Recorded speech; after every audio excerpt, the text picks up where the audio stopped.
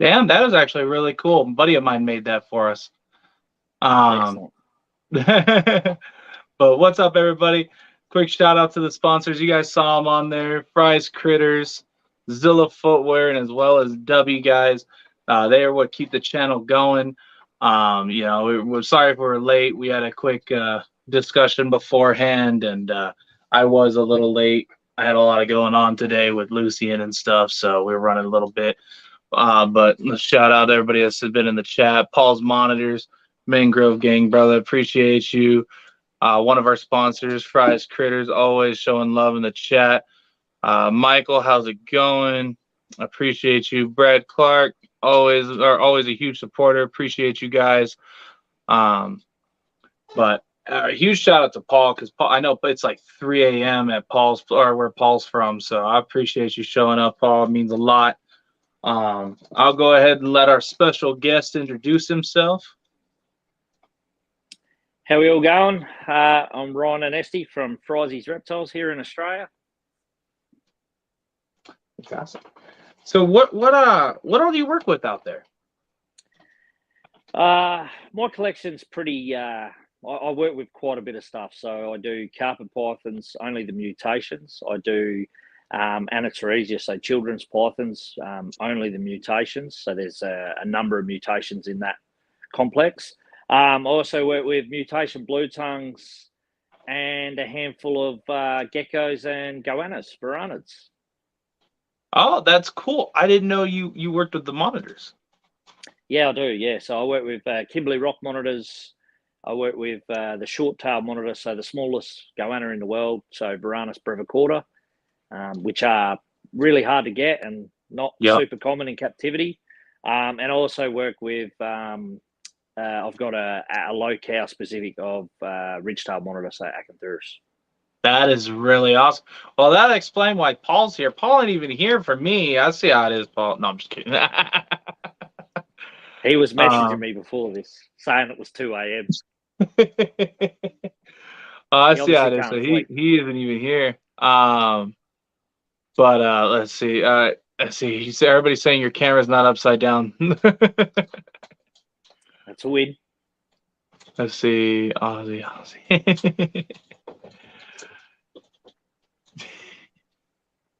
It's awesome. I try to keep up on the comments tonight, guys, because I've been getting some feedback that I miss a bunch, so I do apologize. So what would you say your favorite reptile is out of your collection to work with?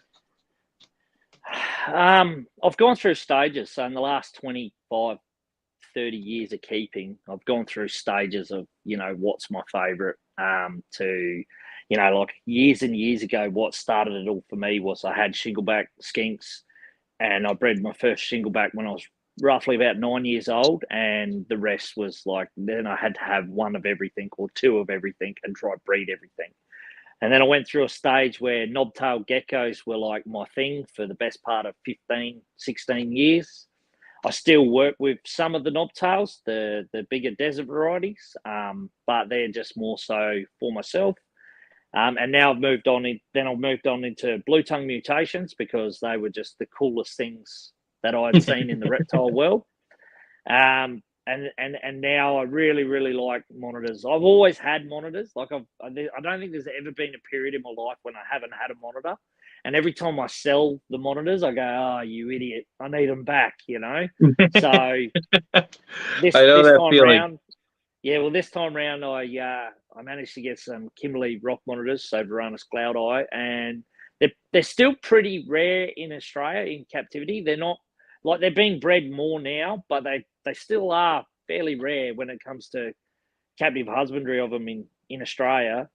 So I just decided to go with them for something different, and they've been a massive challenge, and they've been awesome too. So at the moment, I'd say my heart's where the monitors are at the moment. Paul says, tell him about the parentes. Yep. Yeah, a lot of my mates have parentes. I've handled a few in my time. They're a big, awesome lizard, but they're not for everyone. I'll be honest. They, like especially where I live, because it gets so hot, they can be pretty full on in that heat. So you have to be careful because it's a very, very large goanna and can do some serious damage. Yeah, see, I know the feeling when you're saying, when you get rid of them, then you're like, I need them back. I had so a lot of people in Arizona, they get the common monitors, which is like the Savannah, the Nile. Yep. And so once they stop being tiny and cute and they're more of a little tempered, yeah, that's when they end up calling me and try to drop them off on me. And so I actually ended up getting 6 Nile monitors, and we had 5 Savannahs. And so we ended up finding homes for the Niles, which I had to like gift them away to a friend of mine because he's like, dude, I'm not buying those. I was like, yeah, I didn't buy them. I wouldn't charge you. The hell with that. And then I was like, the Niles are nuts. These ones were gnarly. They're one of them was like 5 foot, and this dude had a temperament. Like he was like he knew he was like king of that cage, and he had to be outside. He's so large, and so he had a 10 foot by 10 foot cage, and that dude was nuts. But the ones that I missed, I ended up finding homes for the Savannahs, and I ended up missing them. So a buddy of mine had ended up trying to get a male and female pair, but it turned out to be 2 males. So now that cage up there has a juvenile Savannah. Yep. Yeah, it's called seller's regret. It's not a fun thing. It'll usually bites you in the ass about 12 months after you get rid of it.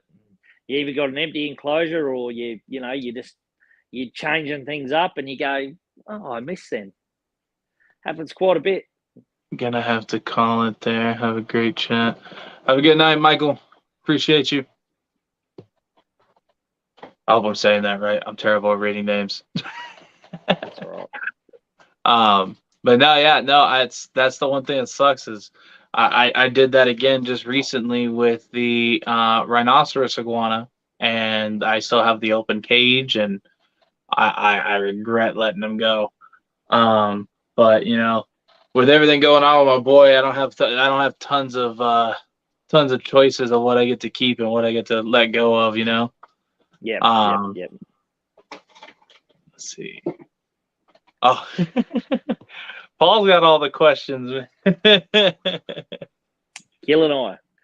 Yeah, I've kept and bred Gillinois over the years. They would be up there as one of my favourite small goannas. I love them. I do have some more coming off a mate of mine. He is sending me some. We spoke about it only a couple of days ago. So I'll be pretty happy to just secure, a handful of them, grow them up, and just start the cycle with them and see how they go. They're just a really active, cool little monitor that they just never stop. They never stop moving around a hot cage. They just don't stop. Right. Yeah, I like those. My favorite is the Varanus indicus. The mangroves. Yeah, mangroves are my favorite to work with. I mean, they're crazy. Don't get me wrong, they're crazy.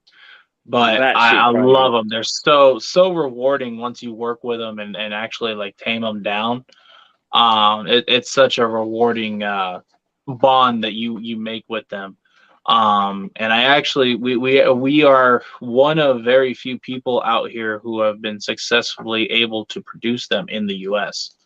For the most part, almost I want to say about 95% or more is all imports at this point. Yep.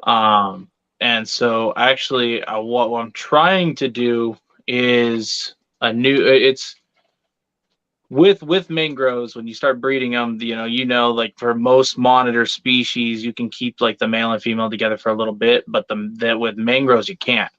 That female is going to test the male, and the male is going to have to either take it, or if he doesn't take it, he's going to go for that female. He's going to kill her. Like it's nuts. So with them, you really have to watch them. So what I was going to try to do is I want to get some younger imports, and want to get like babies, and I want to see if I raise them up together, if that would be a problem. Like as they get to an adulthood, if maybe they would be more social with one another and used to being raised from point A to point B, if maybe that would take the aggression away from each other, at least, you know. Yep. But I think that's a just lot a of that comes trial and with, error. you know, cage size as well. Like you always see people go out and get a mangrove and then stick it in this tiny little cage, and you know they cover vast areas and they're semi-aquatic monitor, so you know Yep. they can swim decent stretches, and everyone goes and gets them and sticks them in a 4x4x2, and it just doesn't work. You know, like Nope, friends of for mine in sure. Australia that have bred mangrove successfully every year for the last decade, they Nice. have built rooms in their sheds, in Yep. their outdoor sheds, full blown rooms, waterfall, running water, the whole lot, and That's awesome.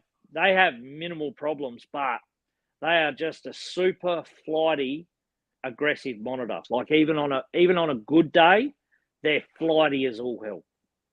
See, so the male I had, he ended up getting really old on me, and now he's at my buddy's place. But he was friendly, super friendly, like docile as can be. Like I could walk right up and pick him up and just put him right on my shoulder and he'd chill.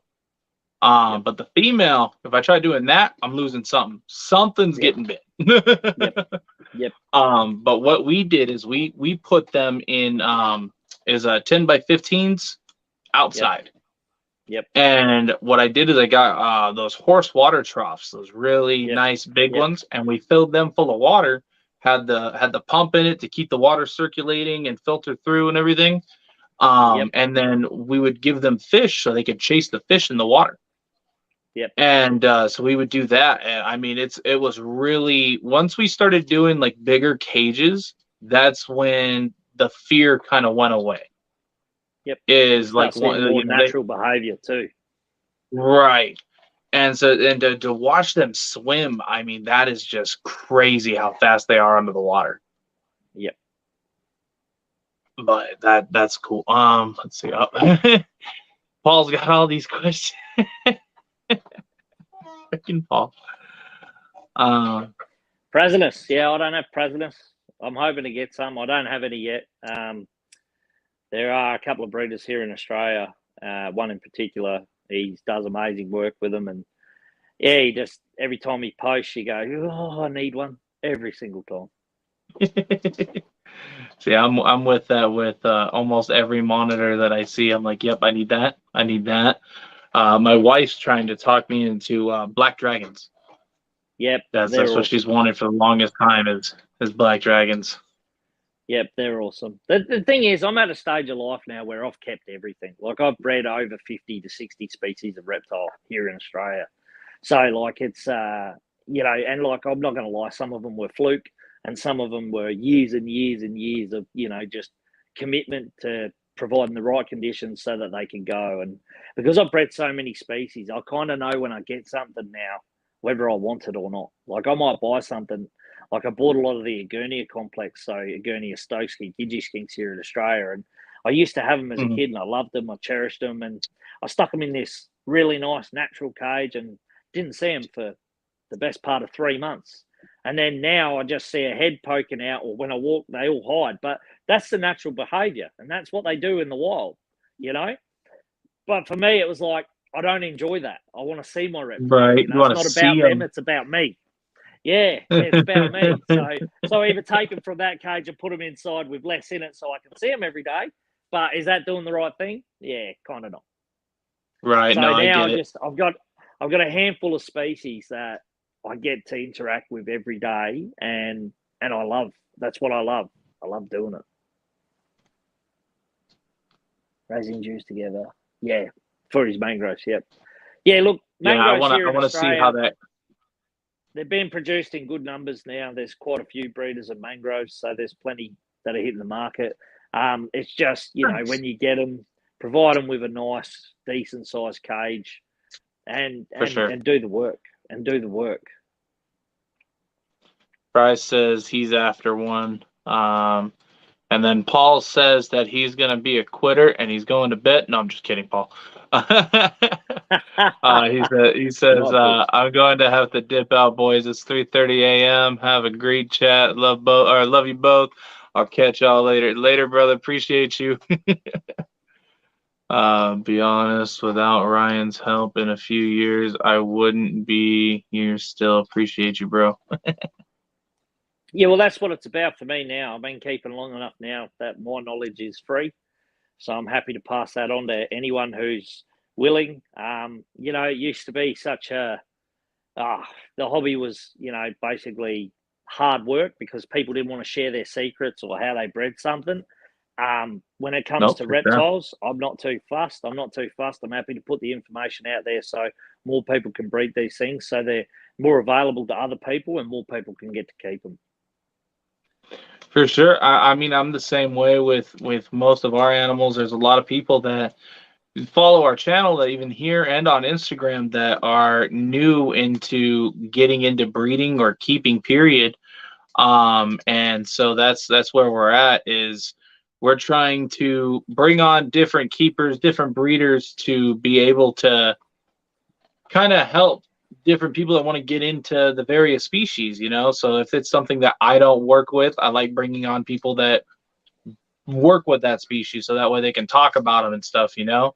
And I'm always up for a monitor talk. It was funny. I told Paul that I wanted to do a monitor day where I get just a bunch of monitor keepers and we just sit here and just talk it up.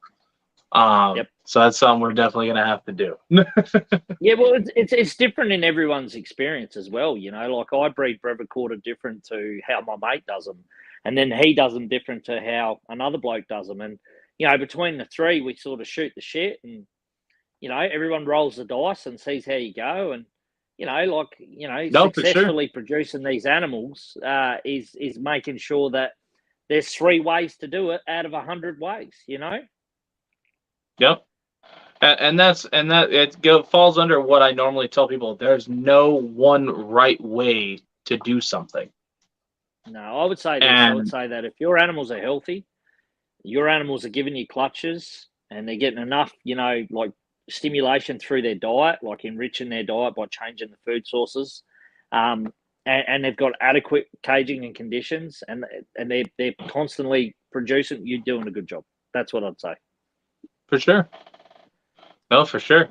Especially when it comes to monitor species, you know, if you're, there goes so much into that to be able to produce them or certain species, and not, if you're basically the best way to say it is your enclosure and your temps and everything isn't adequate, you're not going to be successful in that whatsoever.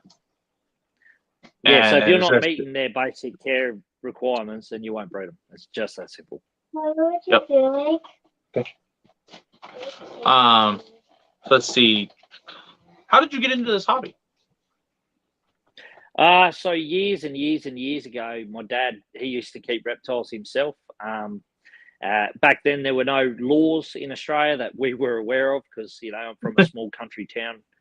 And my dad used to just go out as a kid, catch a whole heap, come back, put them in his budgie cages. And, he used to, have shinglebacks, blue tongues, beady dragons, all the common stuff. And he kind of, when I was a kid, he sort of, a favourite pastime with him once he'd take us out in the car, and we used to have a bushbanger car. It was his work car. We used to take out bush, and we used to catch a couple of shinglebacks, bring them home, put them in a naturalistic environment. Like we had big rainwater tanks that were chopped in half, and we used to deck it out like the bush and put the lizards in there, and that's how we learned how to breed.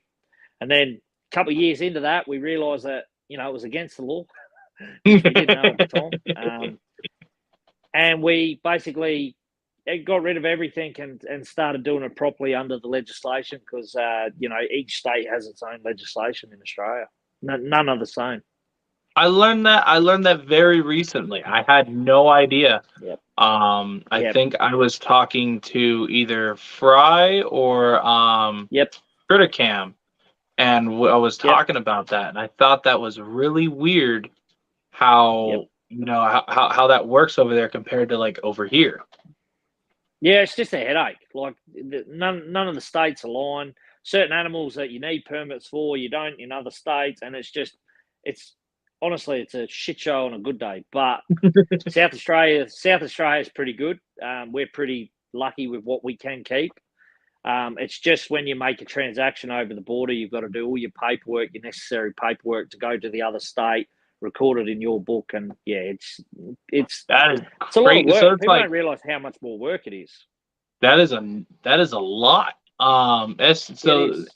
to put it in perspective, for US wise, that what you guys have to do over there is what we would have to do if we were operating as a zoo. Yep. Because when you have your zoological permits out here, you get to have basically whatever you want. But when you sell Yep. something or produce something, you have to keep records of everything. Records Yep. of what you produced, where it went, what happened to it, da da da da da.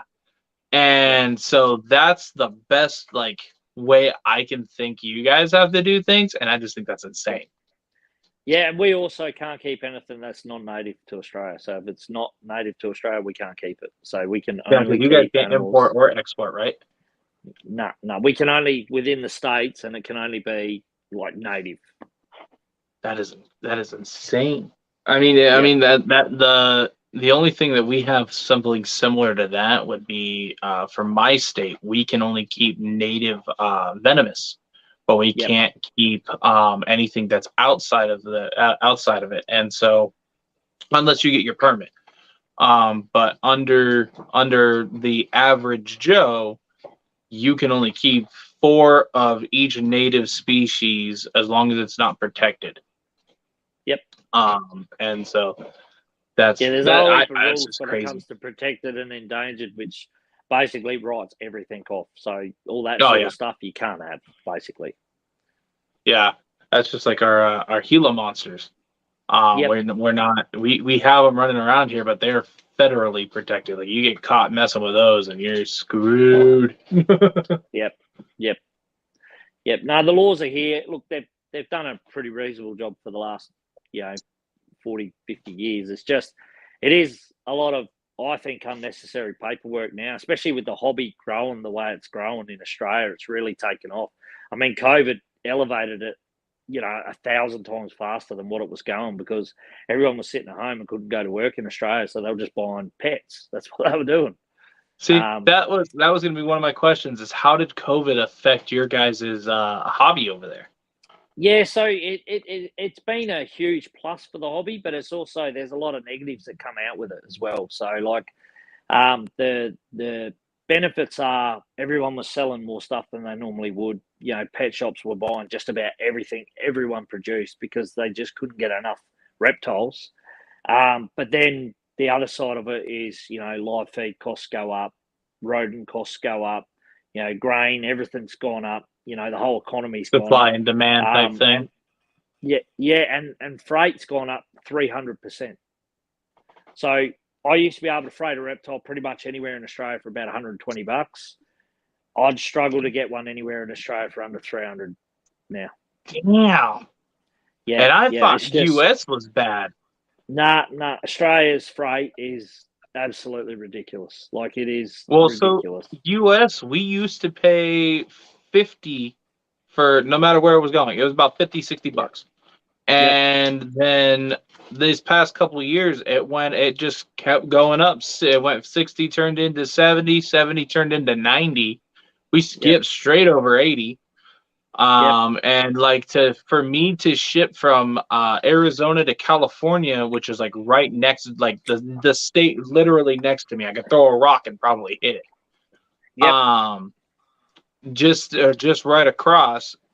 I think that charges me $80 on the dot, just for the state next to me. It's and ridiculous. To ship to across the U.S., I think it costs me 180. Yep. Yeah, no, it's ridiculous, and there's no rhyme or reason why it should be that much. Like, there's zero. Like, I get it at the start of COVID and towards the end of COVID, when they had no baggage staff, and the airlines had half the amount of flights. But I mean, we're almost back to normal now, and freight's not going to come down, and it's just going to be a thing that we all have to pay now. That's nuts. So yeah, that's just one of them shitty things. Get forgotten. Yeah, that'll happen. Let me see. That'll definitely happen. Crazy, frightening from South Aussie to North Aussie, like 500 depending on size. Damn.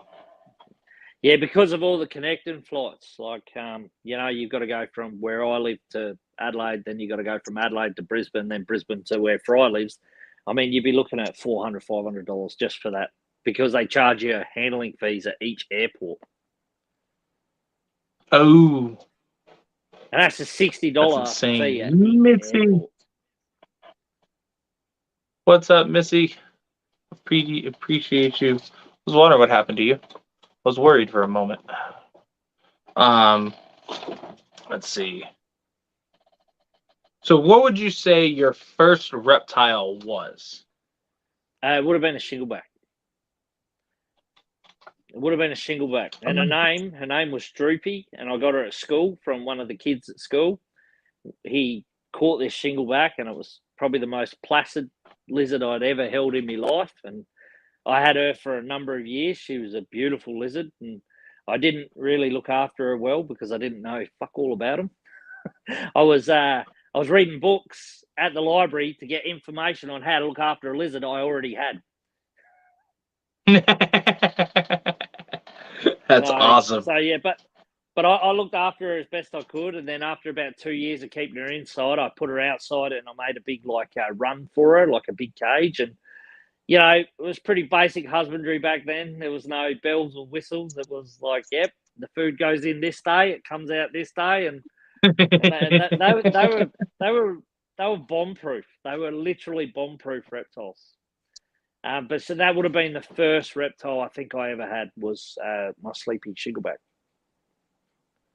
That's awesome. Yeah, see, I want to work with knobtails. I know there's a few out here, and I wanna get a couple of those. I think that would be really, really cool. Yeah, so there's a few 7 species of knobtail, and at one stage I was producing so many. Like I was probably one of the biggest producers in Australia of knobtail gecko. So, and I just had walls and walls and walls of racks, and yeah, I had every species that I was legally allowed to have. There were 2 species that we couldn't keep, so we weren't allowed to keep vertebralis or Delaney, pernati knobtails. We weren't allowed to keep them either. Oh wow, because that's crazy how each one of your guys's states over there or counties changes for each what you guys are able to have. I think that's just crazy. Especially when you guys are all working with the same species in the same that is just nuts. Yeah, it was. So, and not only that, in America they produce more knobtails than we ever will. So like they always try to say, oh, the smuggling will be rife with them. Well, it is, but you already have this stuff. Like you already have it. You've had it for 20 years already in captivity. So, but it was their rules, and we just play by them. And yeah, obviously vertebralis we couldn't have, and Delaney we couldn't have either. Still the case to this day. Is it really? Yep. And now, is there a special reason? Like, are they protected, or is it just like, no, we just don't want you to have them? Well, vertebralis, it's a funny one coming out of WA. A lot of the stuff coming out of Western Australia, only in the last sort of 10 years has been put on the legal take license. And vertebralis was just one of them geckos that never made it to that list and probably never will. But the Delaney, the pernati knobtails, they were considered threatened, I think it was threatened at the time. And yeah, basically because they were considered threatened, it was just a flat out no. So that makes sense. So they had a bit of an issue, and they just didn't want you guys to. They wanted to give them a better chance to repopulate in the wild. Okay, that makes more sense. Yeah, but it's funny because like mining companies are up there drilling the absolute shit out of the land and making a bigger footprint than we ever will. And that pastoral lease is all cattle land anyway. So, there's probably 6,000 or 7,000 cows trucking through their ranges every day. Right. So it kind of doesn't make any sense, but it's what they want. So You would think you'd have, or they would do like insurance colonies or something for that species, you know? Yeah, I think because there was a lot of like illegal smuggling with the Delano themselves, the Pernetti knobtails, that it was just easier to say no. Makes sense. Um, so what is your favorite species to work with? Ah, that's a hard one. Like every reptile is my favorite. Like honestly, every reptile is my favorite. You know, and because I haven't kept every reptile, I can't actually say. You know, right now the leaders for me are the small varanids and the knobtail geckos, but I have a soft spot for blueies and anateresia, children's pythons. But in saying that, there's a lot of stuff I haven't kept, and until I've kept it, I'm kind of, I don't know, I just like everything. I do. So it's I like me. honestly like everything. Like that's why we can't just work with one species. We have to have a little of everything. Yeah, most definitely. Speaking of Like that, they always say diversity is your biggest killer in reptiles when you go into business and that. They always say that, but realistically, diverse collections keep the keeper happier. And if you get them all right, you're doing really well. But you just got to keep your numbers manageable. no, for sure. It's funny. I was like, speaking of diversity, I'm sitting here and I was watching one of the snakes move weirdly, and then this was my sidewinders, and this Oh one yeah, just shed out on me. He just finished shedding. A perfect shed. I mean, he tore it a little bit, but that's still a perfect shed from a sidewinder or a yeah. sidewinder. And I love their scales and how that comes out. That is really cool. So they've got keeled scales, don't Sorry, I they? watched that happen. I was like, oh, I gotta touch that. I gotta grab that out of there. Yep. So they've got keeled scales.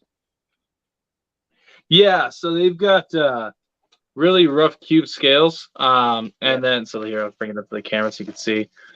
So they've Yep. got some really decent and pretty cool looking scales there, and each one's like individually like rough, and you can see them when they shift through the sand. They can actually open the scales up and like move throughout the sand. So it's Yeah, really that's pretty cool. And then the one thing I like about just the Crotalus is that they actually every time they shed, you can see where the original button is Yep. made every time, so you can see where it actually starts growing from the individual, or the buttons start popping up. So I love Yep. it. But Yeah, yeah, that's pretty these cool. ones were my these guys were all field collected um out by me, except for three of my babies. I have a baby Crotalus atrox, and these guys these guys were born here. The mom was picked up because she was not supposed to be where she was. She was in somebody's yard and she was trying to get into the doggy door. Yep. So I picked her up and then I brought her home because it was too cold to release her already. And then when I went to check on her, one head turned into multiple heads. Yep. Yep. And so I was like, she had babies in my bucket. That's pretty crazy. So they live birthing. Yeah, they're live birthing. So they all give live birth. We did have one of the sidewinders. She gave birth, but she had all stillborns but one. And it was doing really well. And then it just all of a sudden like just stopped eating and didn't want anything, whether it was lizards Give or up. yeah, it just gave up on like eating. And I tried force feeding, not force feeding, but like liquid tube feeding. Yep. So Yep. I have the syringe. So I put it in a tube, which was really hard to do with something that's like this thin. Yeah. Yeah. You got to be um, careful you don't fill the and lung cavity and drown it. right, and that was my thing. So like I had to make sure I had the right tip, and that was nerve wracking trying because I didn't want Welcome to to hurt baby because blue being tongues. so small. Same. Welcome to baby blue tongues. They have big litters. Why do they have big litters? Because not all of them survive. That's just the way life Right. goes. Yeah. See, I've They are just produced pecking all the northerns. other animals. Yep. I produce plenty of northerns, plenty of easterns, and then I've got the the mix going there with the blacks, the albinos, and the whites, and the aneries, and all sorts of mutations. And you know, like I say this to everyone, that you know, you can have a fantastic pair or fantastic, you know, couple of pairs doing well for you, and then all of a sudden you'll just get a shit litter. It does happen. Like sometimes it's just the cards that you dealt, you know. Or you'll get a great litter and a couple of babies just won't make it in that litter, like as in you'll get a decent size litter. But the reason why they have so many is in the wild, not all of them would survive. They just become prey for other animals. Right. Yeah, and that's the sad thing of it all is, you know, with when a lot of people, I mean, there's a, what is it, the big debate when it comes to like not live birth but eggs, is do we cut the egg at a certain time or do we not cut the egg? Yep. And I've listened to both sides of the argument. Well, not argument, but more of the debate. And me personally, because I think of it as like captivity wise, I actually cut some of the eggs. And I don't do like a giant window and then like pull them out or anything like that. I just make sure that there's a nice slit to where if, say, the egg tooth broke off or something along that line, they have a way to get out. Yep. It's the same thing I do. I wait for one to pip, and then I'll pip the rest. Sometimes if I don't get to pipping them that afternoon, the next morning, I'll go to pip them, and most of them will be already out or pipped. Right. And I only do that with pythons. I will not pip anything else. I don't pip any lizards or any monitors. I don't pip any of them. Yeah, that's the only ones that I ever. They need to hatch. They need to hatch. Yeah. Yeah. See, with pythons, the only one I do it too. The only ones that I ever have to do is the pythons. I don't have to do it with the colubrids.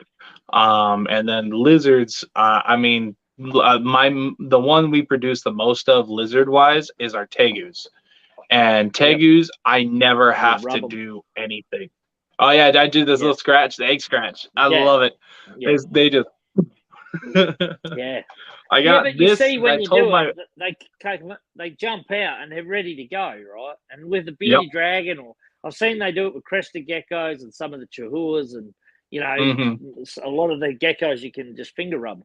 I've noticed in Australia, like you can scratch the egg for a little bit, even if it triggers an animal to hatch or cut the egg, they just don't come out banging like that. No, that's nuts. No, the Australian species pip. They sit there with their mouth out or their head out for like half a day, and then by the next day they're hatched. Huh? That's weird. It is. It's a really exhausting. It's a really exhausting process for a neonate to hatch, right? So, and there's probably a few reasons for it if you think about it logically, and one of them would be is, you know, they might pip on a shit day.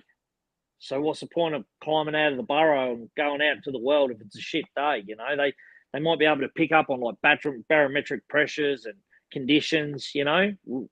So yeah, the fact that they take a day or two to fully hatch. I mean, even dragon clutches, beady dragons will pip. One will pip, and then by the next day the whole clutch is out. You know, and then you can tell that they come out. They're not exhausted anymore, and then they've got to dig their way out of the burrow to run off into the wild.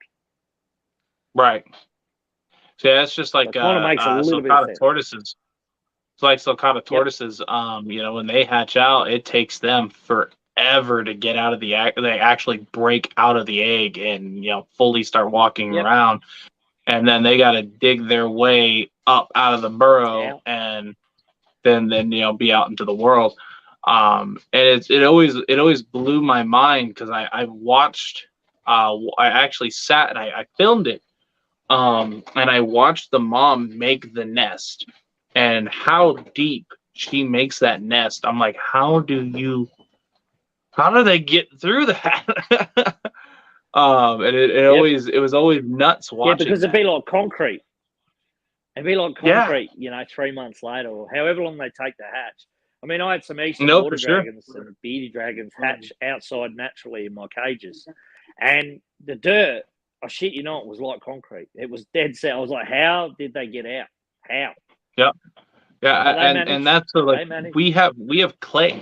Like our dirt out here is clay, Soil. and it's like Yep. concrete. Like even if I'm trying to dig it, I have to water Yep. the ground to try to like actually dig it, or I just get the forklift because digging by hand Yep. sucks. Yep. Sure And to does. watch the tortoises do it, our sulcatas, they blow through the dirt like it's nothing. And so like I watched Yep. them do that, and I'm just like, as babies, I was like, how do they get through this freaking concrete? Like it is nuts.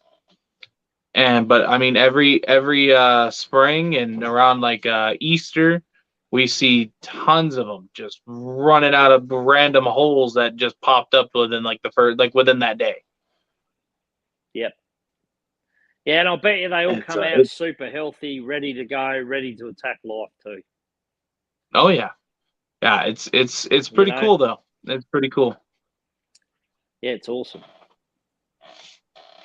But so what would you say your favorite morph is? And that can go for any species. Yeah, so I'd say in blue tongues, obviously my hand favourite would be the lava, which is the hypermel and the albino cross. It's just probably the most breathtaking blue tongue, you'll ever see in your life. Outside of that, there's new ones produced by Joe Ball, who's like the godfather of blue tongues. He produced these pied ones, and they're pretty amazing. Like they're like the next level blue tongue. So they're, I don't blue think I've tongues ever seen a are just full pied. of colours. That's freaking Yeah, awesome. yeah. These things they're called patchwork / pied. They're just brilliant. Like they're like a white lizard with just a black patch on its back, or a grey Oh, patch, and that's they so just look cool. mental. They're as I gotta good as a look that up. pied bull python. That's how good they look. Yep, I gotta look that up. I know So, what I'm doing. The first thing after so this live, I'm looking that up. yeah, so that would probably be my favourite morph, I think, to date. I was lucky enough, I sent a lot of my adults to a mate of mine who popped me a lava this year from my stock. So I have a lava there. I'll probably get it back in the new year. But it's just, for me, it was just about making one. Just that's all it was. It's been like a dream for 5 years to try and make one. This year, my animals were lucky enough to yield me through a mate, obviously a lava. Mm. But like in saying that, it took years to make the double heads, to make the out crosses. 2 years in a row, I bred those females, and I got black babies or hypermels, and I got albino babies and no lava. And I was like, ugh. And it's because the ratio is 1 in 16. 1 in 16 Right. to get a lava, and you get a litter of 9, and you don't get a lava, and that's just the way it goes. It just pushes And that's you to happened 2 wanna. years in a row. That just pushes you to want to do it. That's like my pet project. I sadly had to sell out on it, but we were trying to produce the world's first, and it was the goal was to produce a super GHI, super pastel albino ball python. And every time I bred it from a pastel GHI albino to itself. So another pastel GHI albino. And so I tried doing it that way to where everything would come out with a super complex. And then so we either got the GHI pastel albino or the super GHI pastel albino or super pastel GHI albino. But we never got both. Yeah, and even when I bred them the super forms back into the like trying to do the whole complex after outcrossing and everything. Trying to breed that back, even with the super forms, I still just kept getting GHI pastel albinos. I couldn't get the actual super. So you wonder if the supers were compatible then? You wonder if that was my thinking, is maybe if the supers aren't compatible, at least with the complex. Yeah, because we've got a Stimson's python, called a T positive albino. So we've got the Ray line, then we've got the Evans line, and you can breed them together, and the babies come out normal. But then the babies are either het for Ray line or they're het for Evans line. They're not both. Oh wow, huh? So It might be a thing. It might be either the albino that would make them uncompatible, or they might be uncompatible themselves. I never actually looked into that. And I feel kind of dumb for not looking into that because I was doing that project for like 8 years. Time for a switch up. Well, I ended up selling out of the project because I couldn't get it. I just ended up selling them all. I held on to like 40 snakes of all of just the albino. Like a ton of my collection was albino complex with GHI and pastel. Yep. And so we had to sell those just fairly recently. But it's something I do want to try to get back into is maybe look into other options of the double super. Because like I said, for the 8 years we tried to do the super pastel, super GHI, and then try to bring it into the albino complex. But it just never worked out for us. We either got one super or the other. We never got both. Jay, it makes sense that they're not compatible, but yeah, it would make a lot of sense now that I think about it. I should have talked to you a couple years ago. It might have saved me a few years. Sorry. You're good. So what is your most anticipated pairing or hatching for the next season? That's a good one. I pretty much bred everything this year, right? Nothing. I missed 2 snakes. That's it for the whole year. So everything else in my reptile room bred. So I have the babies of my most anticipated ready to go, but they're going to take 2 years to rip up to get them ready. Right. So kind of, to be honest, I don't really know. Obviously I want my carpets to go, but I have thought about selling that project completely, which is the Moonglow project, so the white carpets. And it's just because I'm at a stage of life where big snakes take a lot more time than little snakes. And it just kind of makes sense to maybe move that project on. It'd be the only project that I could say that I didn't achieve what I wanted to achieve with it. But, that's life. There's other stuff that I'd be probably more keen to get. Probably the next thing on my list would be looking at Varanus prasinus, the green tree or emerald tree monitors. That would be cool. Yeah, they are. They've got a pretty hefty price tag at the moment. They are worth a significant amount of money. That's the same here. I was kind of waiting. Yeah, but it's like, I think it's like nearly 5 times what yours are worth. That's what they're worth here. That's because you guys got that. Your guys' line that you have out there is a way like the color variation from your guys' what you have out there to here is like night and day. Your guys are so much more bright than ours are more like a dull. Yep. But they're pretty amazing, and that'd probably be the only other species that I would be probably considered to take on with where I'm at the moment. I am decreasing, like half of my reptiles will go by the end of the year because I've just started, obviously, Fryzies hoppers, and that is, it's going great guns, and I want to continue with that. So something has to give. So that's why another reason why the big carpets would go, because I'd get all that time back off the big snakes and be able to put it into the grasshoppers as for the feeder market in Australia. So, yeah, probably my most anticipated is to see how this Fryzies hopper goes, to be honest, in the next 12 months. That'd be pretty cool. So, yeah, it is. So what would you say, like, what would you say your most anticipated pairing or hatching was this season? What were you most excited about? Yeah, so I did white marble to white marble, which is a children's python. I did that this year.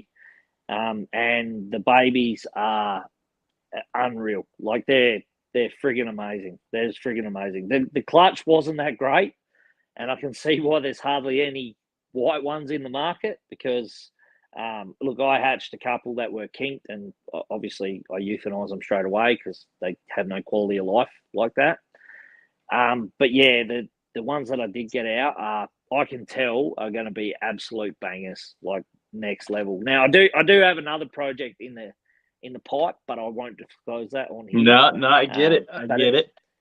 But yeah, Oh. like I say, that project I'm really excited for, but it's probably 2 years off of where it There you needs to go. be. So I get it. that is you got to keep so something I close to gotta your chest. something we gotta bring you back on in 2 years for, huh? Yeah, well, I hope so. I really do hope so. I mean, to me, it's a no-brainer, and I can't work out why no one's done it. So I'm going to give it a crack and see how it goes. And if it goes well, then I'm going to be pretty happy with it. And if it doesn't go well, then we'll just see how we go. I gotta see that white marble. The white marble, that just sounds cool. Yeah. So you're they've just had. So they've only just started feeding. So they've had. I think they've had 5 feeds now. So this next shed will be the second shed from them. So yeah, okay. you got to realise that these things are tiny. Like they come out like that big. Yeah, they come out itty bitty. Tiny. Yeah, they're tiny. So yeah, they're 4 or 5 feeds in, and probably after their third shed, I'll pretty much see how good they are. I already know they're good because I've bred a lot of marbles, and these things come out absolutely smoking from the egg.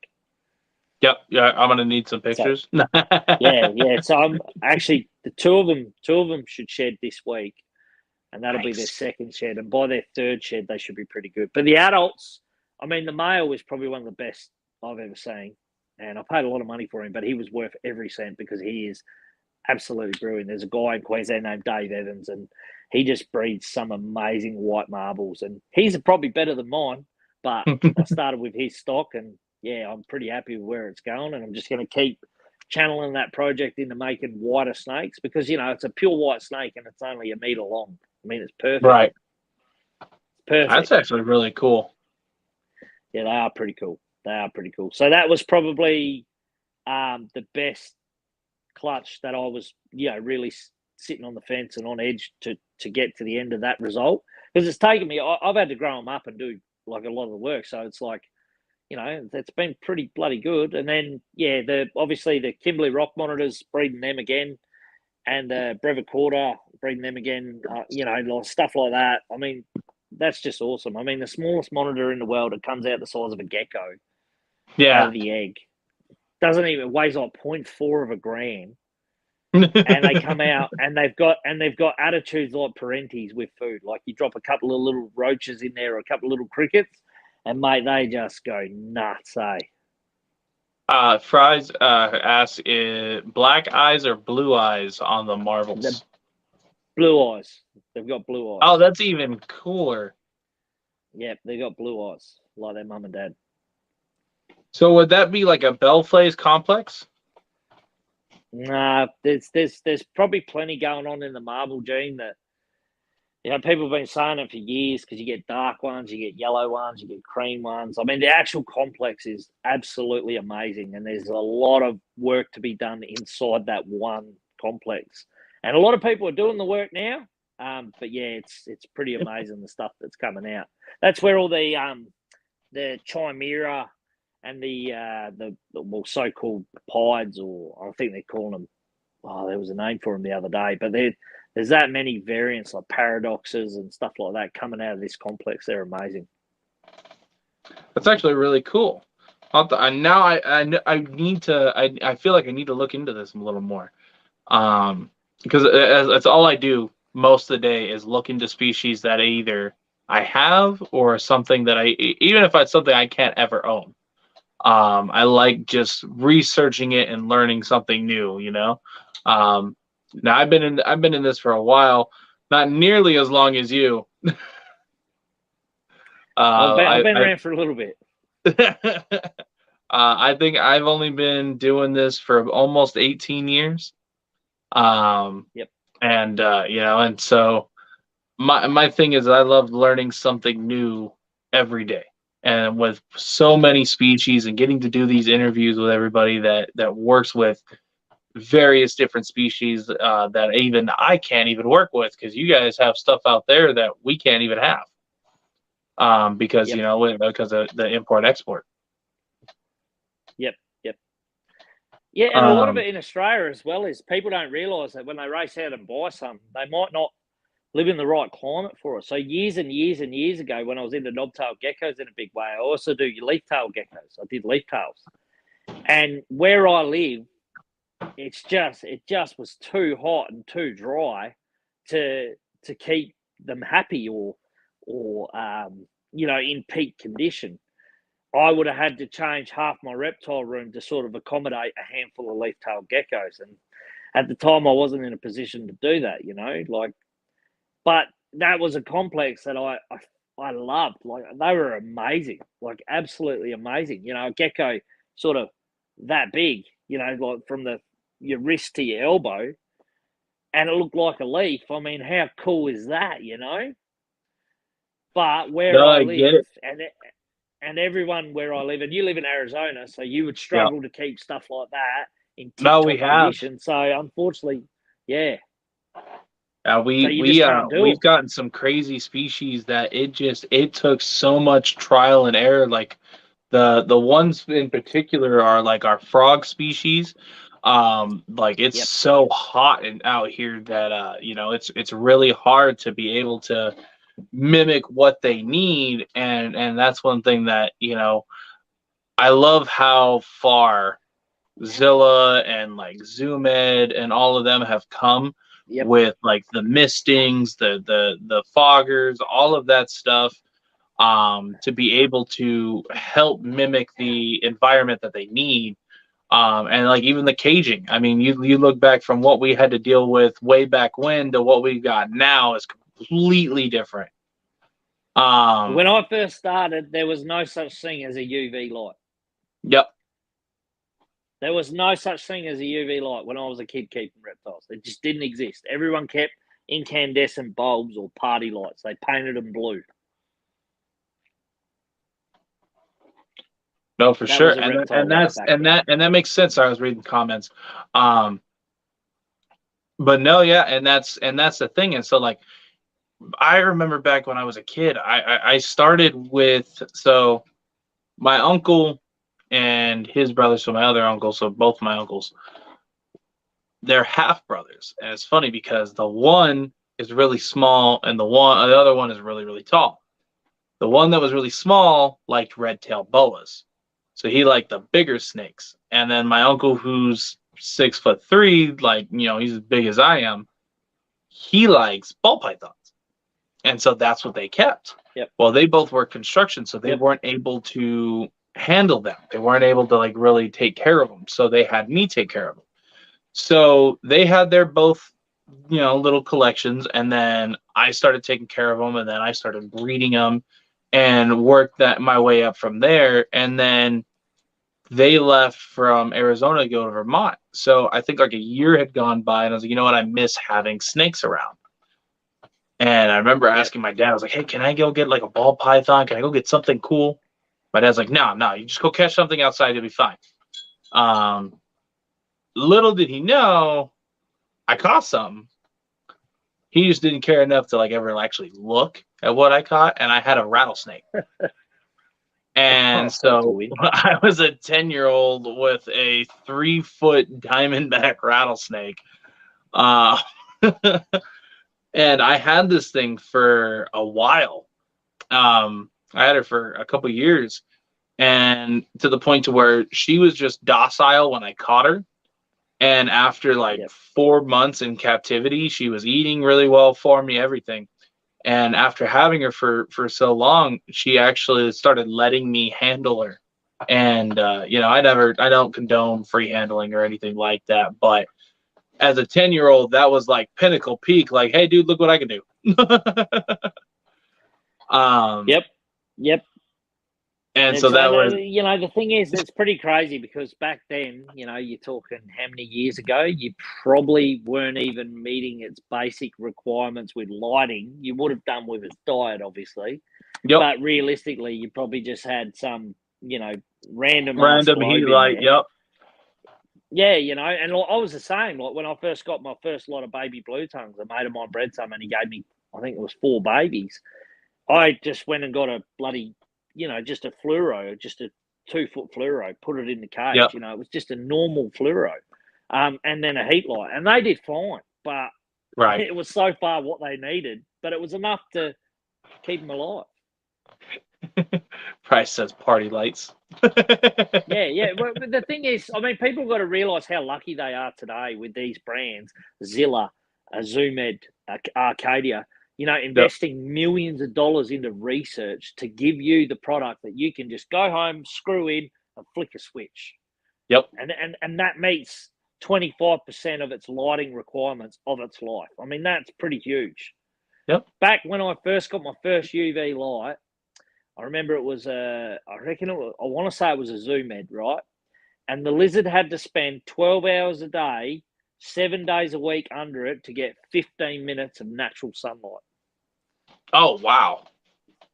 That's how bad UV globes were. Right. Yeah, no, that was one thing I remember. So you literally could just go handle it out on the lawn and it'd be getting more than the UV. It'd be good. It would be getting more than. That's see that, and it's crazy how much things have changed. I mean, you think like market wise. I remember back when albino ball pythons were selling for like $30,000, and now you can go out and get one for $150, $200. Yep. And so like, just yeah, a supply and demand thing. For sure. I mean, it's just when they were $30,000, there was probably 100 people in America investing that kind of money into them and streaming them over, 100 normals to make a bunch of hits, hold them back, and make a heap more. And capitalize on the market. That's basically for sure. what it is. For sure. And then there's too many. Yep. And that's where we're at now with that is, there's so many that there's so many, and there's not really I don't want to say there's not a market, because the sad thing is there's always going to be a market for them. Whether or not the market's going to fluctuate is different. So like out here, like you were saying, like COVID was fantastic, like our sales wise, because everybody wanted a little pet. Everybody wanted something cool, and they just everybody was buying something cool. And so like reptiles, but with that I feel like more mainstream now. Yeah, they are. And with that, like the albino gene's worth $100, right? And that's until someone like Canova or Billy at Mutation Creation creates some albino that everyone has to have. And then that becomes the founder morph for that new gene that everyone wants. And then that animal goes from $100 to $500, and then they get that kick back up again. I mean, I've been in this hobby now for, 30 odd years, and I've seen the ebb and flow of every species, right? I mean, I used to keep Pygmy Mulga monitors. They were $880 each when I bought my first 3 or 5. That's how much they were. Nowadays, or say 5 years ago, they went down to $250 a pop. Nowadays, they're back up to $700 each, and that's because all these people flock to them. They do as many as they can. They punch as many out in the market, and then they just slowly disappear. Like they just disappear out of captivity, and then all of a sudden, someone goes, "Oh, where are they all gone? Oh, I might start working with them." And also, it only takes a handful of decent named people to work with some species to make that species popular. Like I've seen some of the biggest influencers on YouTube and Instagram and Facebook and all this, and they can make a random whatever's the most common, like a beady dragon, popular. Or a green iguana, popular. Oh no, for sure. I mean, just like when Brian Barchek got that green iguana, he got just an iguana species of a pair, or he got the random morphs of iguana. Yep. All of a sudden, I feel like the next day after he dropped that video, I wholesale to stores, and then I sell to the public as well.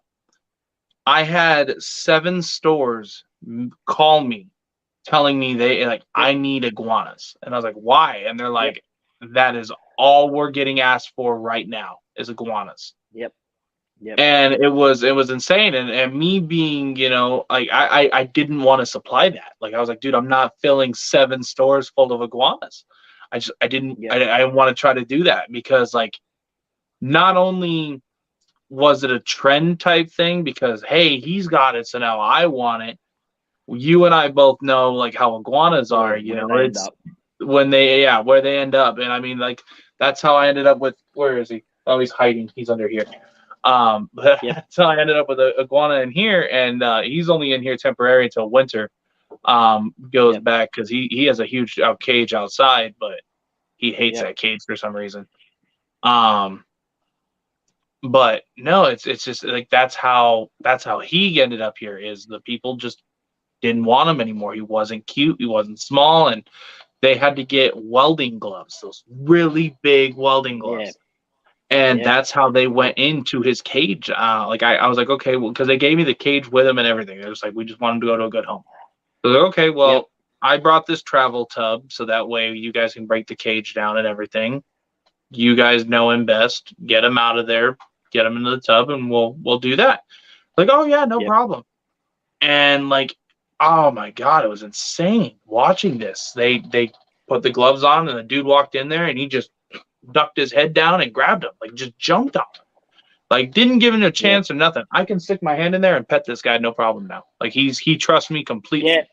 But I have to Yep. now And you build know, him a like it would have been like that with every species of reptile. In America's, like, because you have so many reptile keepers, you probably yep. times it by 1,000 to get to where we're at. Like, we still get the people that go in and buy that, $750 bearded dragon package, and then 5 months later they realize how much of a commitment that dragon is, and they realize they're not meeting its needs, and then all of a sudden it goes up on like one of the classifieds. Just come and get it, 50 Yep. bucks, $100, just everything, take everything, Take it, everything. it Yep. it's a constant cycle, but it's no different. It happens with dogs, happens with Dogs. cats. Yep. That's why there's shelters. It's Right. a constant battle. No, for sure. I mean, that's why like around Christmas time, I don't sell to the public. I am one Yeah, of the very few people like and I get hate for it sometimes. Like some of the other breeders give me crap for it. Because yeah. I don't do it because the number one reason most people hit me up around Christmas time is, hey, I want to get this for a gift for my For a kid, Christmas blah blah present. blah. Yeah, Do you know anything about this animal? Do you have anything for it? no, The answer is always no. no, There's, oh no, I'm just, my 10-year-old no, knows because about him and he wants to work with them, or he wants to have them, or yeah, this my yeah, 8-year-old or whatever. And I'm like, no, because then in a few months the chances of your kid getting tired of this thing, then he's going to stop taking care of it. You're not going to know how to take care of it. Then it's just going to suffer and it's going to end up on, Craigslist or something. yeah, yeah, for sure. Yeah, well, I've seen it happens every year here in Australia, especially in the bearded dragon community, blue tongue skinks, stuff like that. You see it all the time. Oh, my kids That people crush. get them, they think it's a great idea.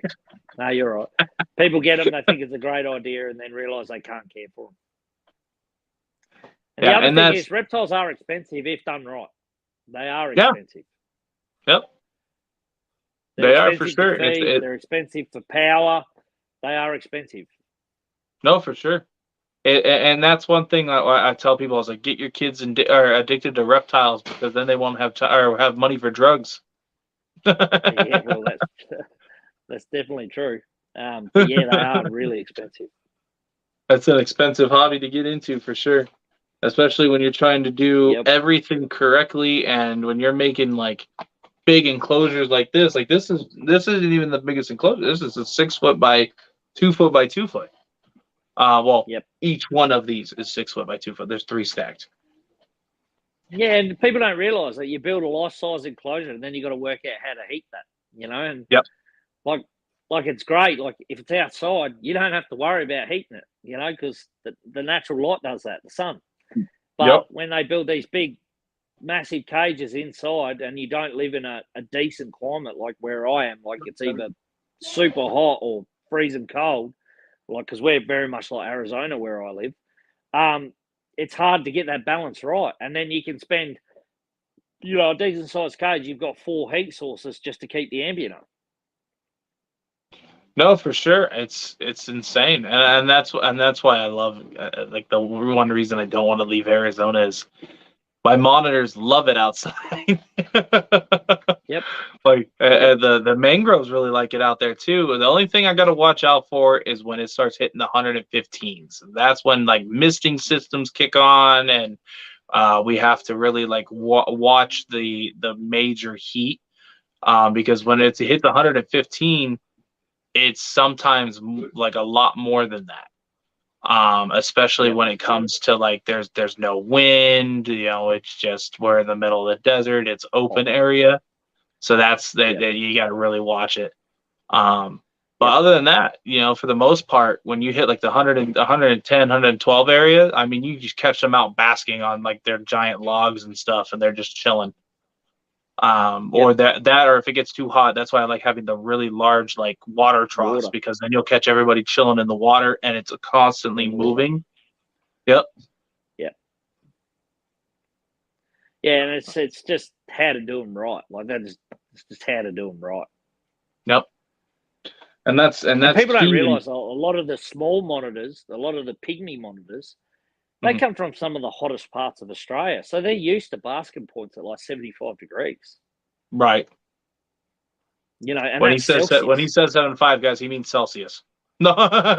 Yeah. So you're talking like 130, 140 Fahrenheit basking Yep. spots for them. Yep. And they don't sit on it all day. They go on it, you see them warm up, and then off they go. Yep. And then off they just running around.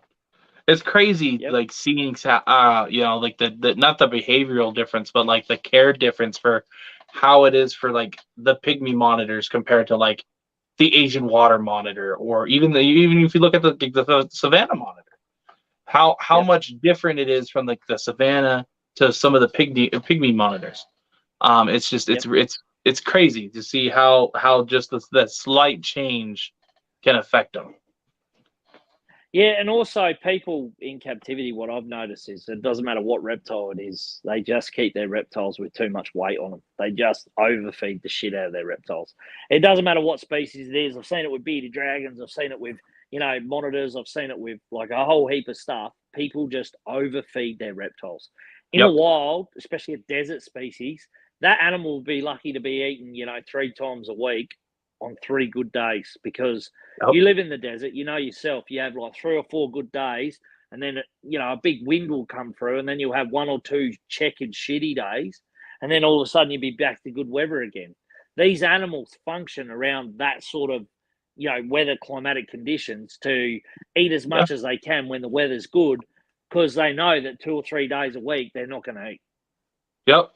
And that's one thing. If I don't know if you actually saw the video I did from I did a private tour over there at the Phoenix Herpetological Sanctuary. It's a giant reptile sanctuary, and the Yep. lady that was giving the tour, we pulled out the Savannah monitors, and one of the Savannah monitors, it was overweight, and Yep. I didn't say anything because the number one species of monitor that gets overweight is the Savannah, because they're insectivores, but a lot of people don't just give them insects, they give them meat, they give them rodents, Rodents, like it rodents, rodents, rodents. yep. And it's they never at some point, it becomes too expensive to feed them the insects that they need, and so they get obese, and then the number one issue they have is the fatty liver disease. And so, and Yep. I explained that to her, and she was like, "Oh, well, this one's, skinny." And I was like, "No, it's actually considered obese." I was like, "Have you ever seen like how they look in the wild? Have you ever actually seen them like when they get imported in?" And she was like, "No, I never really noticed." I was like, "They're slender bodied, they're healthy." I was like, "They're not Yep. super fat, but they're consistent all the way through." I was like, and that's Yep. how they are in the wild, because it keeps them agile, it keeps them healthy. They're able to, find food when they can, but it means they're more healthy. We are in a society where, that's not acceptable. Is the issue, Yep. is people believe that it doesn't look right. It only looks good, or it only looks healthy when it's obese. So we're in like an obesity thing. I mean, you see it with the most common is the reticulated pythons, the Burmese pythons, and sadly some of the anacondas. Yep. You see some of them, It's a more of the lot. heavy bodies. Yeah, but it'd be a lot harder to judge off a reticulated python realistically. Because they're 20-foot long snake. They're not. Well, that's You know, they don't always get that big, and I mean, in the wild, they'd probably be topping out at about 16 feet realistically, maybe 12, 16 right. feet, right? Because they don't have that sort of prey item that they can prey on, right? But I do a lot of stuff on TikTok under Fryzies Reptiles and also on my Instagram to show, because I'm pretty heavily involved in the bearded dragon community in America as well. Okay. And I just constantly see fat, obese bearded dragons that just have woeful diets, and people think that because they leave a light on 365 days a year, they've got to feed it 365 days a year. So I've been taking my content out into the bush because I live in a pretty decent area with, wild bearded dragons. Yeah. And I just show people where they bask, what they do, and how thin they are. I've weighed them, just to show people that these dragons don't get as big as what people think they do. They just don't. Like, there are certain breeders in Australia with huge Instagram followings, which I would be embarrassed to be associated with because their dragons are just absolute messes. People are saying big is always better. Well, it's not, because after a few years, your fertility is the first thing, goes out the window. Those dragons that you've raised up so quickly to get so much out of are now producing, 10 fertile eggs and 15 slugs. The fertility goes, the animal vigor goes, and then all the anomalies start popping up. So that's why my animals are lean, very lean. They're fed basically a pure diet of insects and obviously leafy greens.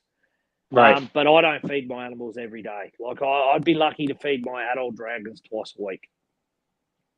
No, and I get it. I mean, and it's just crazy to see how this is why I try to go and see the animals out in the wild, and then I want to show people, hey, this is what they do in the wild. This is what they're eating. This is how they look in the wild.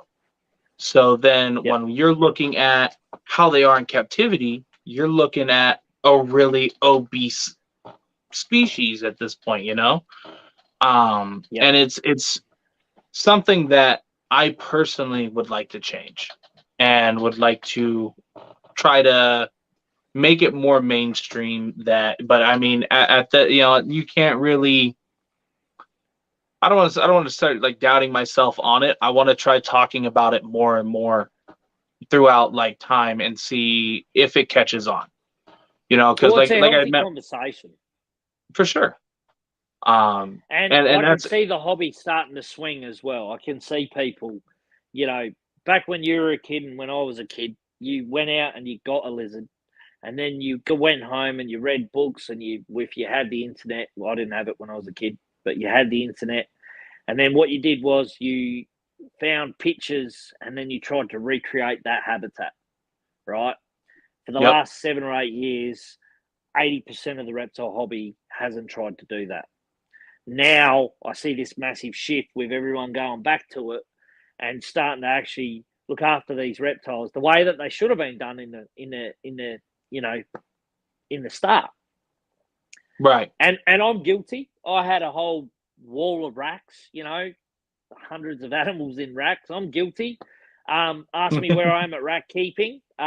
Personally, myself, I understand it. I still have racks, but I only have racks for my Anatheresia because they get out of everything else. My children's pythons are escape artists. And the only thing Are that they they really? haven't managed to get out is racks. Yeah, they can get out of just about anything. So I still have racks for my children's pythons, and I do bring my blue tongues inside in winter, and I do winter them inside in racks as well. Okay. Some of the girls I'll let litter inside as well because it's just I've got a little bit more control. But Right. outside of that, everything else is in a half decent enclosure that I would be fairly happy with. My That is babies, all something. my babies, I keep them very basic, just to make sure that they're eating and thriving before I, ritz their enclosure up. There is something I want to try. Is since Yep, Arizona is so similar to Australia when it comes to yep, weather, I want to see yep, if I can keep my blue tongues outside. I want to see if yep, they would do well out there. Because I have a few yep. species that do fantastic out there, but that would be one of the smallest species that I would try to put out there. Yeah, well, I know a lot of people that do iguanas out there full time. They just, Oh yeah, no, they iguanas are do outside. Oh no, I got dragons. those are outside. Yep, they do. Yep, they do dragons out there. They do them Yep, full time. So I don't see a real issue with your blue tongues being outside. I'll just have to say they need a place where they can be dry and yep, not wet. And if you can give right, them that, whether like a lot of my friends, they'll bury boxes into the dirt and stuff like that. All I do is I've got all my cages outside suspended off the ground. So they're suspended a foot off the ground. They've got wire mesh bottoms on the cage, and then I yep, put that fake grass on the ground, and then I've okay, got an insulated box at the end of the cage with a tin over it, so we just protect them from the weather, and they yep, do fine. And I breed my blue tongues outside as well. huh.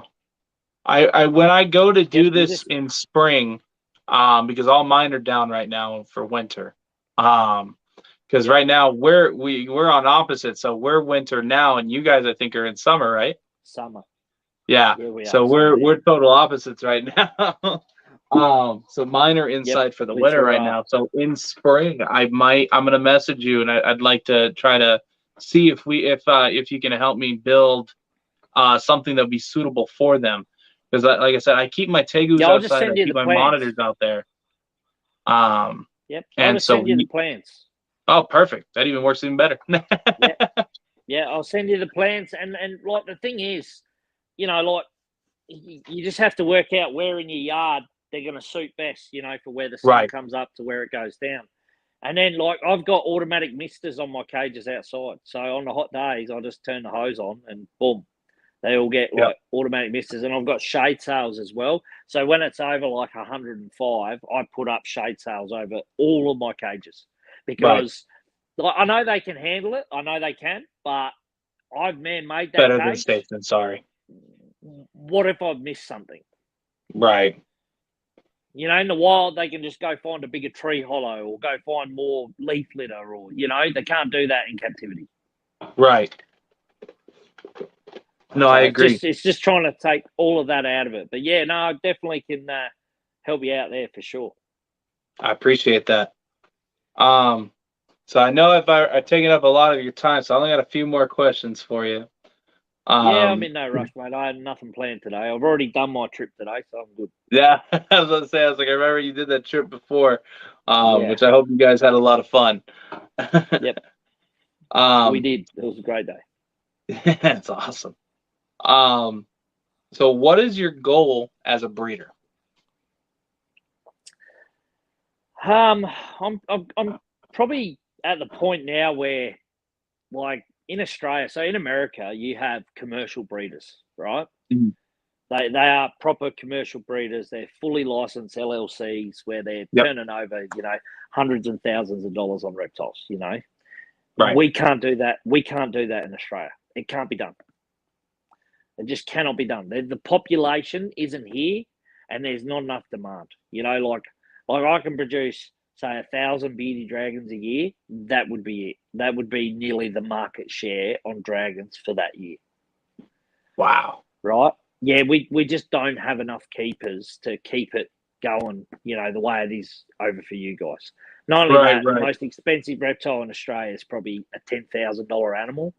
And, with the low numbers of people keeping them, it sort of puts you in a market of there's only, say, 60 to 100 people that are actually going to fork out that kind of money for an animal, realistically. No, for sure.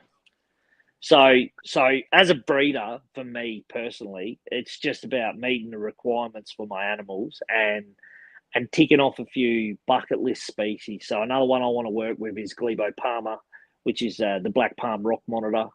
I'd be super keen, but they're not. Well, they are in captivity in Australia, but to my knowledge, not many people have had much success with them. I'm hoping someone does sooner or later, because I would really love to work with that. But for me as a breeder, it's given my animals the most amount of space I can give them. Obviously that goes both ways for the heating side as well. Like everyone wants, walk-in enclosures. They're fucking fantastic. They're great, but they also require a shitload of electricity to heat and cool. Yep. So just giving my animals bigger and better. I'm at that stage of life where I don't need to breed 1,000 animals, for myself anymore. I keep, 10 pairs of Anateresia and cycle out the ones I don't need, as my projects advance. I probably keep the same amount of blue tongues and a handful of monitors. So I'm just at that point now where, for me, it's just to breed the species that I want to work with and then tick the box. Just for me. It's not for anybody else. If we were able to be full-blown commercial facilities, then I'd be all over that. But I just know that we can't. It makes sense. It definitely makes sense. Especially with when you put it in that perspective, that actually it blows my mind. Like how similar, but like scale wise, it is from the U.S. to Australia.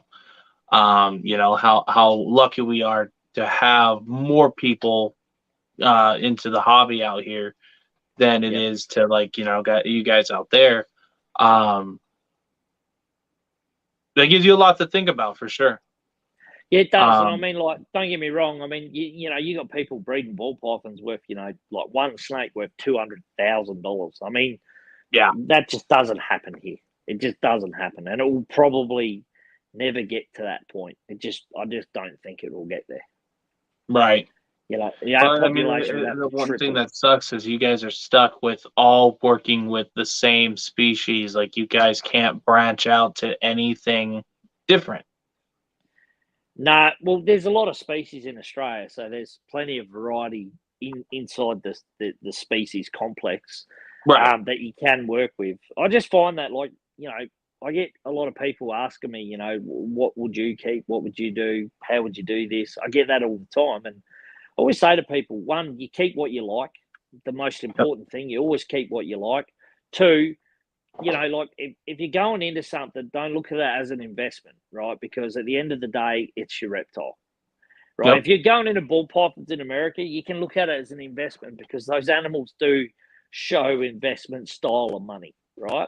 Not to say that some Australian species won't, get to that point where they're making you money, right? It's not to say that. And then secondly, people get a shitload of animals, and sometimes shit doesn't work out. So you just have to work out what you want to keep. And I'm at that stage now where I've kept, like, once I've bred something for 3 to 5 years, I kind of get a little bit tired of it. Like, I lose that spark, on that particular species. I lose that spark. So see, that's how I was like, with colubrids. Yeah. So then I move it on, and then I get something else, and I try to find the happy medium to produce that. And I've always just been in a process of just upgrading, and I'll continue to do that, because that's just the way I do things. But I am at the point where I realise that my kids are getting older, and I'm putting shitloads more time back into my kids, because reptiles is a very selfish hobby. People don't realise this. Yeah. Reptiles on a family, it is a very selfish hobby. It is.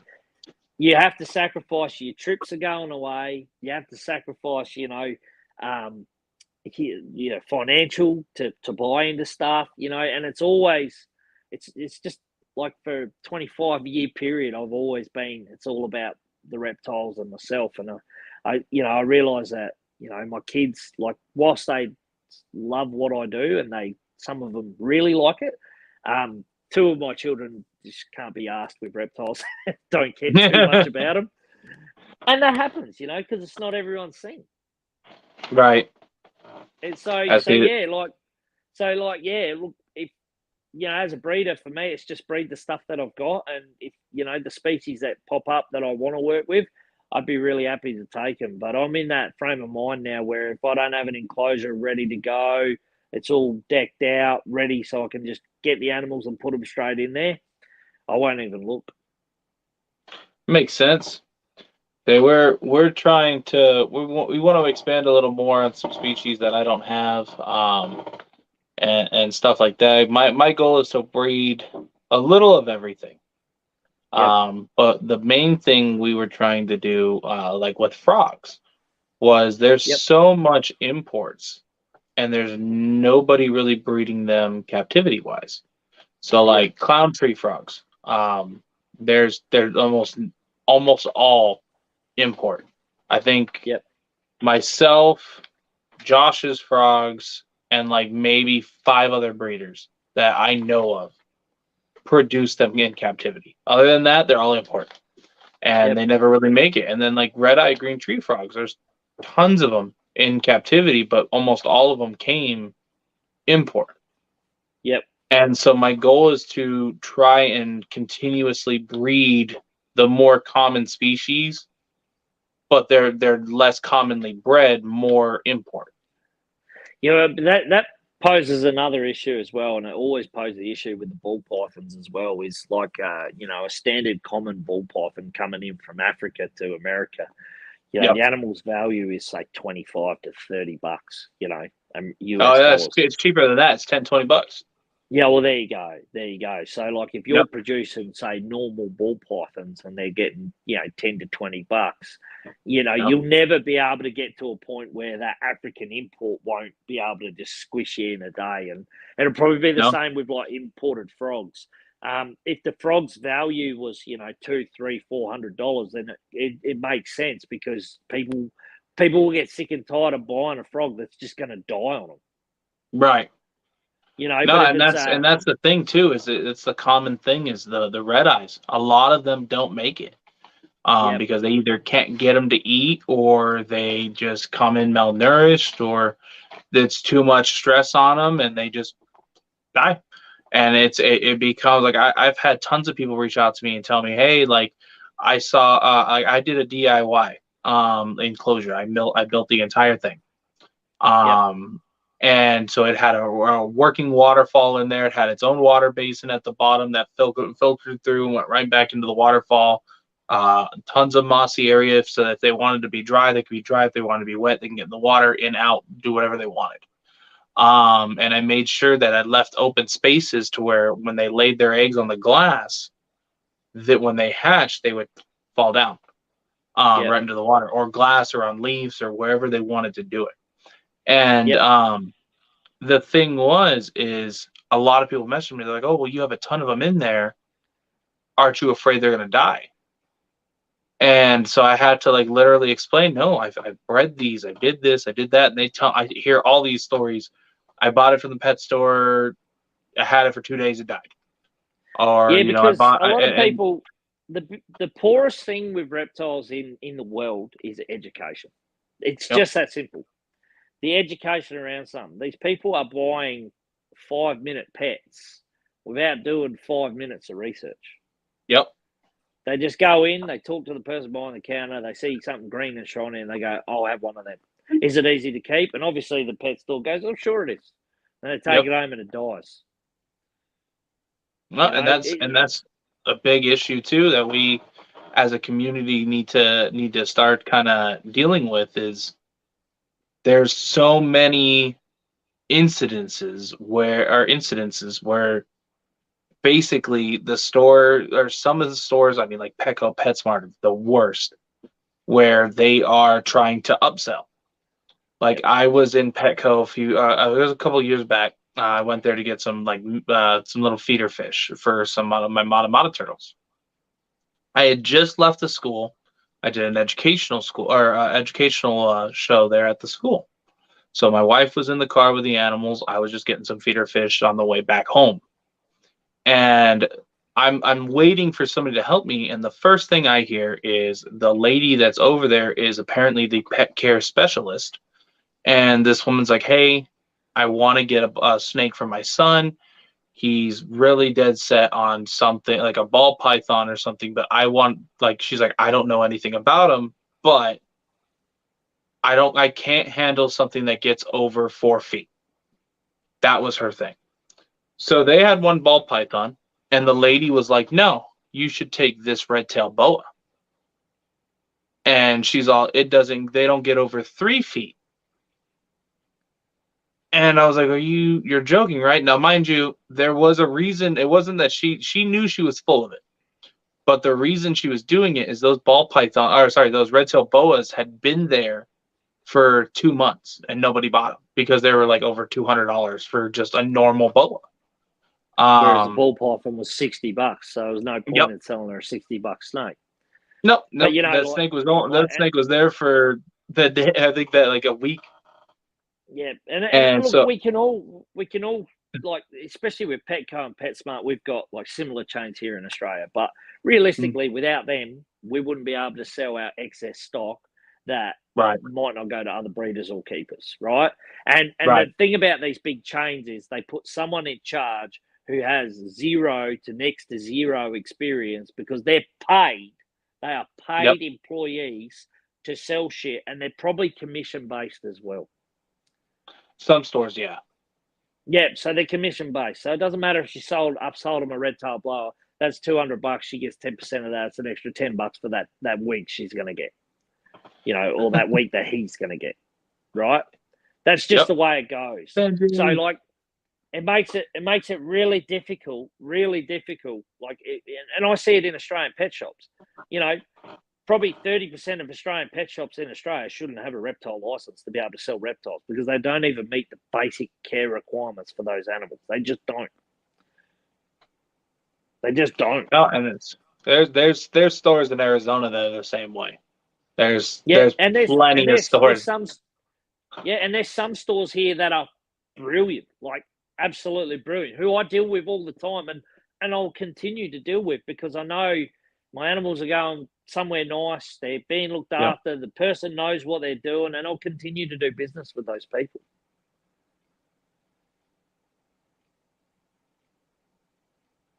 No, for sure. You know, and I just think that, you know, like in the American hobby, like that's our problem times a million.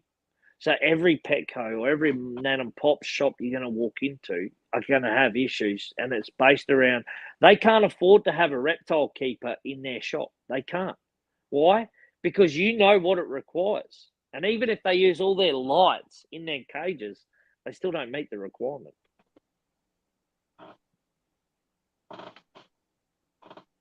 No, and that's just how it is. I mean, it's nuts, but you know, there's always the good, the bad, the ugly with everything when you look at it, you know, with keepers, breeders, and stores. It's all the way down the chain.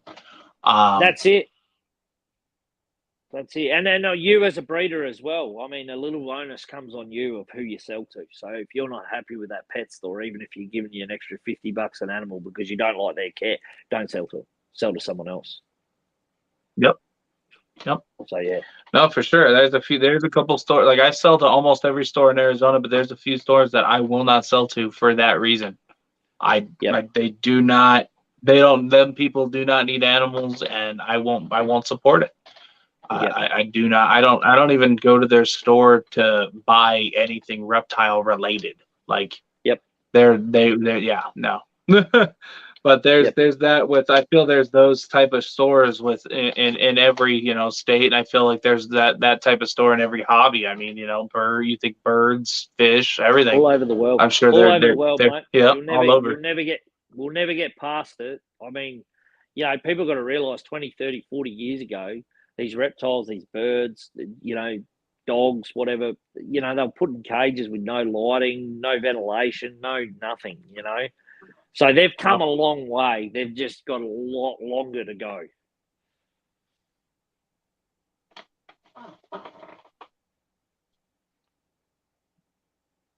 Oh, there it goes. Sorry, my thing froze for a second. I was like, what happened? Yeah, I was wondering what happened.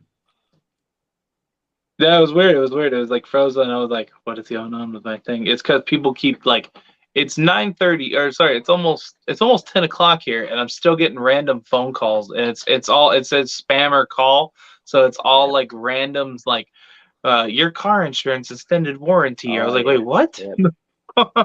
Yep. Yep. It's 10 o'clock. Yep. Why are you calling me? Yep. No, Um, that's life. so if you had the chance, all Yep. permits, experience needed to own one or a pair of any reptile, what Yep. would it be and why? Oh, that's a good one. That is a good one. It would probably be a blue tree monitor. Like a real nice Ooh, blue tree monitor. We can't have them. They're not, native, obviously.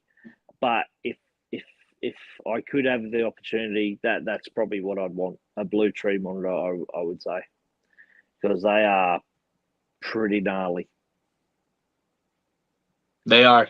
Now, I think Yep. the best one I've seen was my friend Forrest Fanning had some Yep. from Zoo Dreams, Yep. and I mean they were fantastic. Yep. Yep.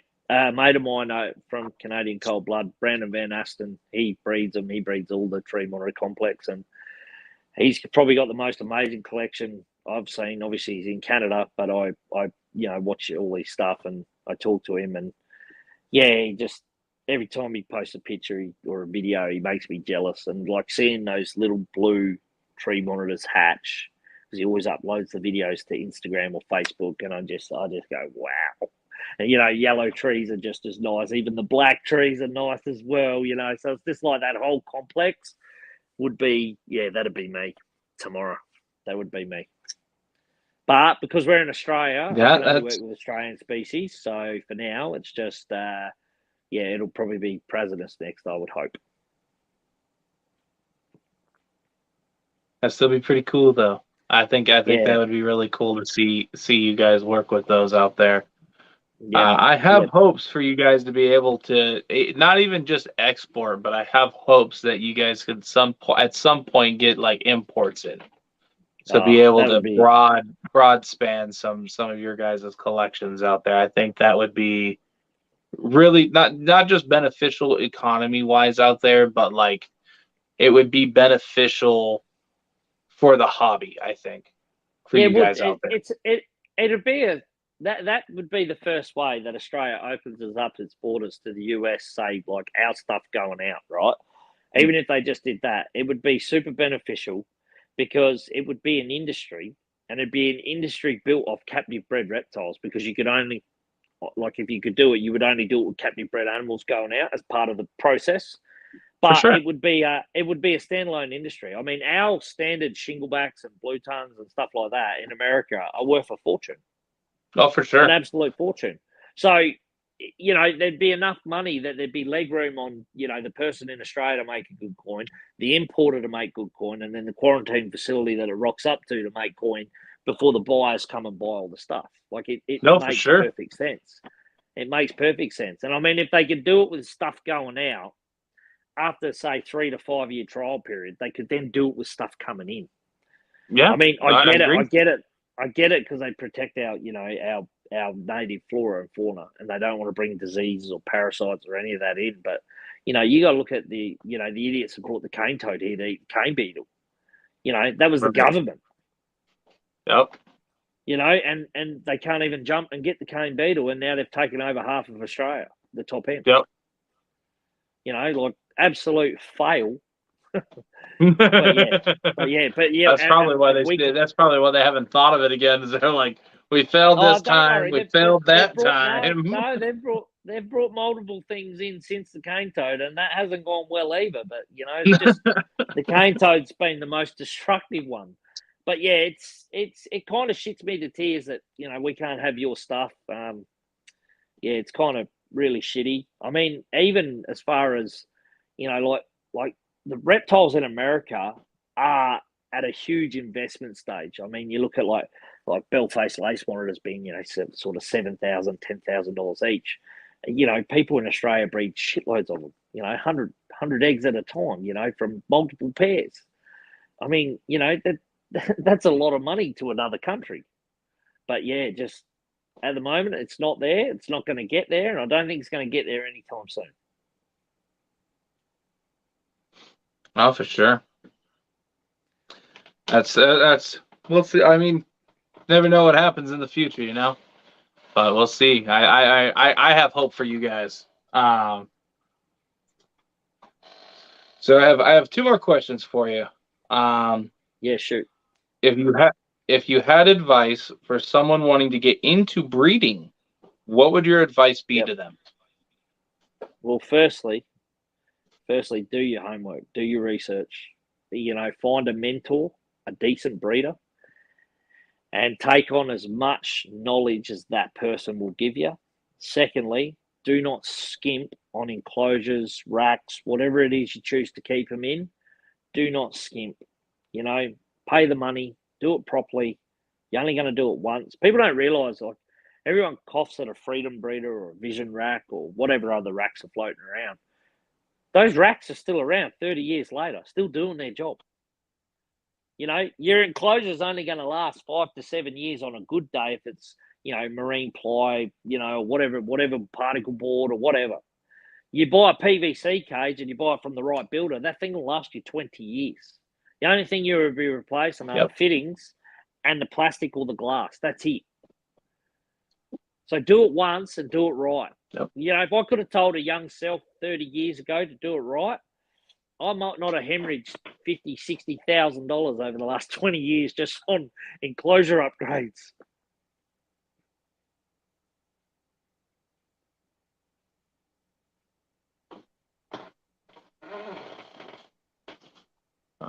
Did you freeze? I did. I did freeze again. Hold on, I'm trying to connect the data. I don't know why it keeps doing that. Yep, I'm here. Yeah. Nope.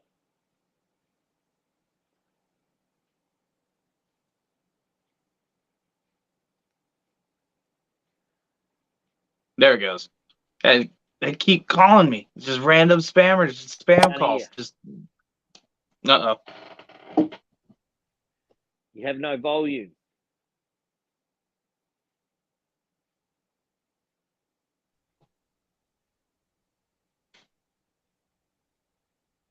Nope.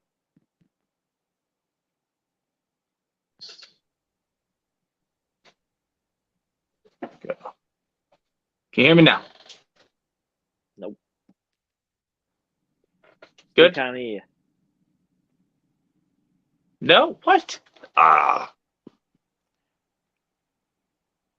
That's weird. What did it do? Stupid calls. Nope. Audio. Right at the end too. Here now. Darian shits the bed. I know you can hear me. I hear you. Can you hear me? Can't hear you. What have you done?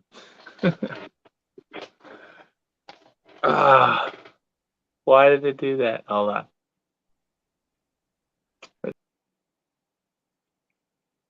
Oh no.